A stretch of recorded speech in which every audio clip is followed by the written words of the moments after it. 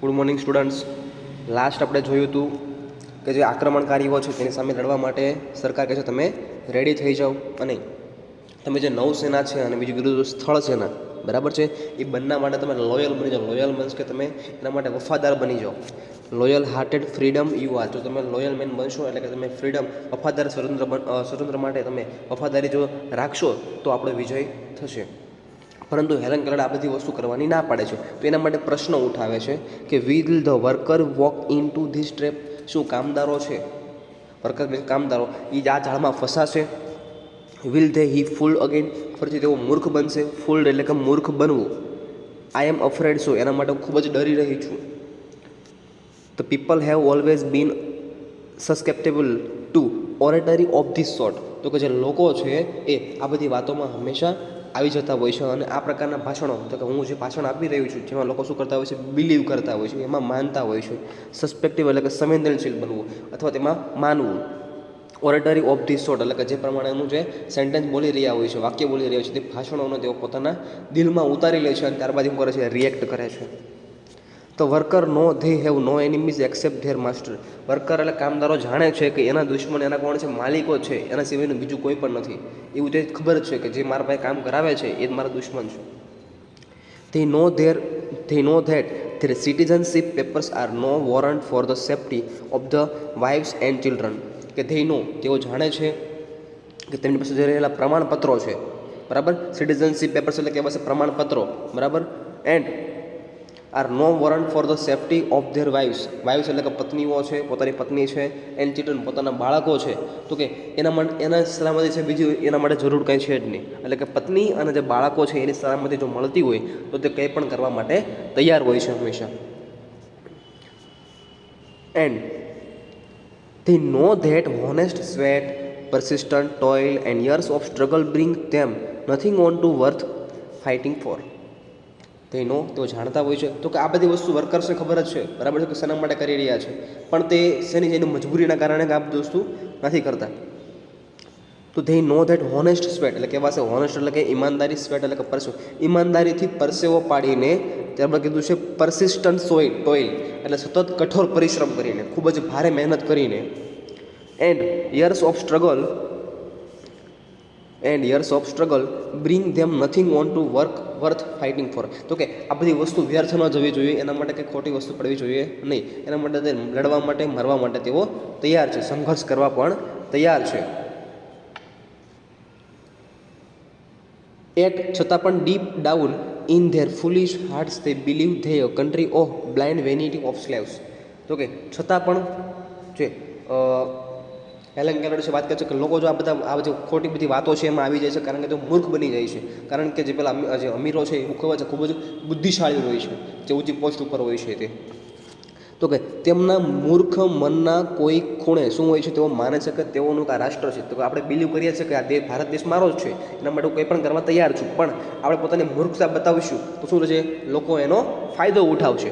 તો they believe they a country, તેઓ પોતાના રાષ્ટ્ર માટે બધી વસ્તુ માને છે. ઓહ અરે, બ્લાઇન્ડ વેનિટી ઓફ સ્લેવ્સ એટલે કહેવાશે તો કે અંધ ગુલામોનું, ઓફ સ્લેવ્સ એટલે કહેવાશે ગુલામો, અને કીધું છે વેનિટી એટલે કહેવાશે મિથ્યાભિમાન. તો કે આ કેવું છે, તો કે જે અંધ ગુલામો છે એનું છે મિથ્યાભિમાન છે. તો કે તેઓ જાણી જોઈને આ બધી વસ્તુમાં પડી રહ્યા છે.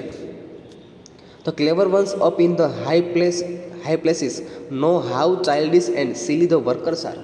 ક્લેવર વન્સ જે હોશિયાર લોકો છે, મેં તમને વાત કરી કે જે ઊંચી પોસ્ટ ઉપર છે, જે બધી વસ્તુઓ જાણે છે, તેઓ બુદ્ધિશાળી છે, તેને બધી વસ્તુની ખબર છે કે કામદારો છે કેટલા બેવકૂફ છે, and silly are the workers, તેઓ ઘણા મૂર્ખ પણ છે, બાળક બુદ્ધિવાળા છે. તેને એ વસ્તુની ખબર પડતી નથી કે આ કઈ વસ્તુ યોગ્ય છે, કઈ વસ્તુ યોગ્ય નથી, બરાબર. તો કે આ અમારી પાસે કામ કરાવી રહ્યા છે અને કંઈ વસ્તુ મળી રહી નથી, પણ એને ઇમોશનલી એવા રીતે બ્લેકમેલ કરીને તેઓ પાસે કામ કરાવી રહ્યા છે.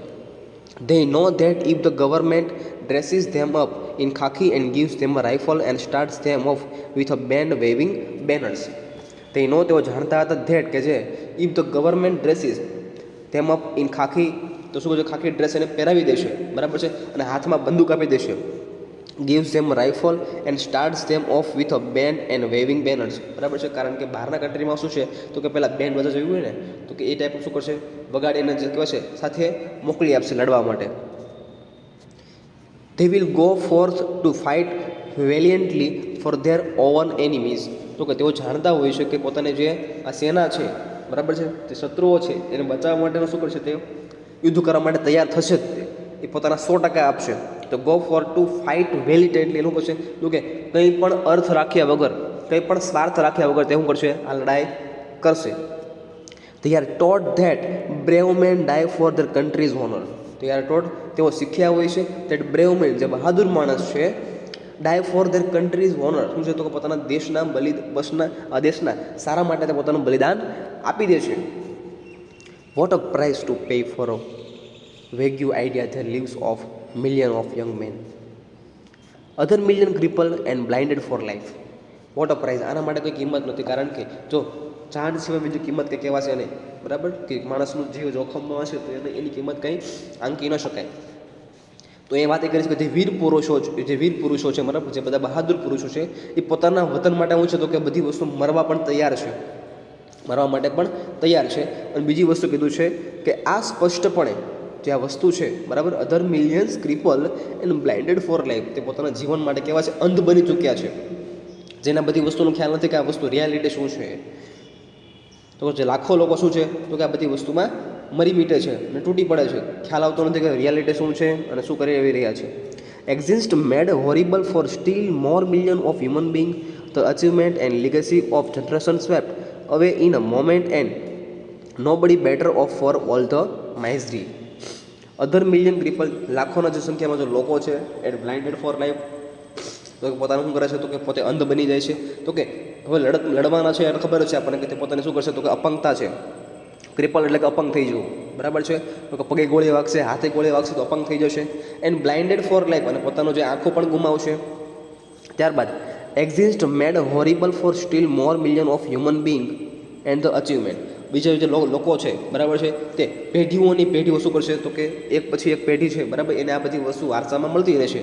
અને અનેક પ્રાપ્તિઓ છે એક જ ક્ષણમાં વેર વિખારે છે. જો કોઈનું મૃત્યુ થઈ જાય તો પોતાની પેઢી છે એનું શું થશે, એને કોણ સાચવશે? આ બધા પ્રશ્નો હતા. અને આ બધા દુઃખો પર આંસુ સારનારું પણ કોઈ નહીં હોય. તો for still more million of human Bing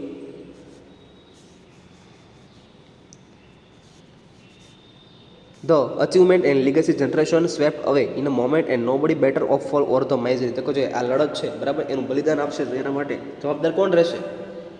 કોણ બધી વસ્તુ માનશે? કોણ બધી વસ્તુ એક્સેપ્ટ કરશે? તો કે આના માટે જવાબદારી કોઈ દાખવતું નથી. આના પછી આપણે નેક્સ્ટ લેક્ચરમાં જોઈશું.